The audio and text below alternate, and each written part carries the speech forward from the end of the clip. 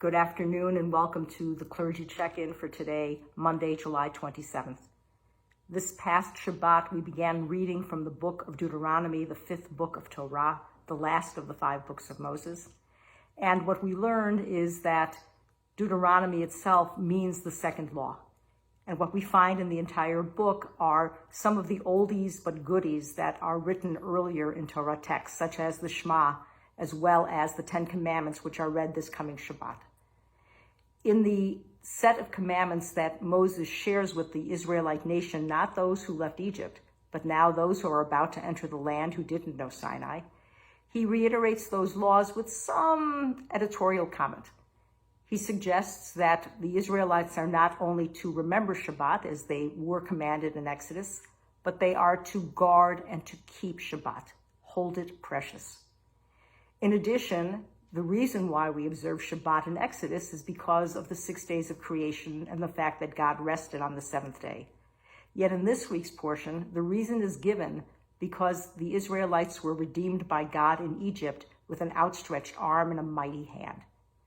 There is also another distinction within the 10 Commandments that Moses recites to the Israelites in this week's portion, and that is Moses reminds them that they are to practice and observe and keep the commandments just like the Israelites that came out of Egypt, that the laws didn't just pertain to that redeemed nation decades before, but it pertains to each generation that follows.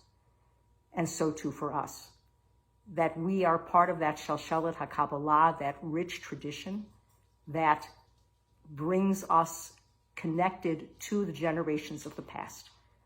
What's interesting is that biblical criticism schools suggest that the Book of Deuteronomy wasn't written at all during the period of the Exodus, but rather was a much later creation, probably by King Josiah, who lived between the time of the destruction of the northern kingdom in the 8th century and the exile that took place in the 6th century.